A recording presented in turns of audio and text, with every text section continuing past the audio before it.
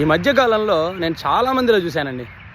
జాతకాల పిచ్చి, వాస్తు పిచ్చి బాగా ఎక్కువైపోయింది. ఆస్ట్రాలజీ మీద, వాస్తు మీద.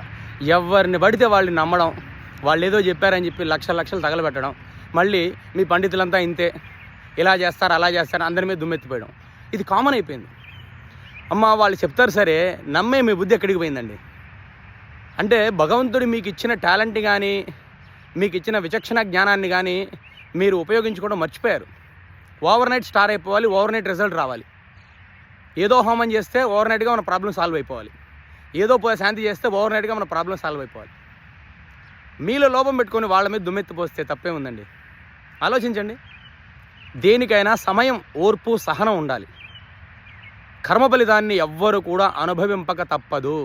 మరి ఇంకెందుకండి జ్యోతిష్యం, ఆస్ట్రాలజీ, శాంతులు ఇవన్నీ అంటే,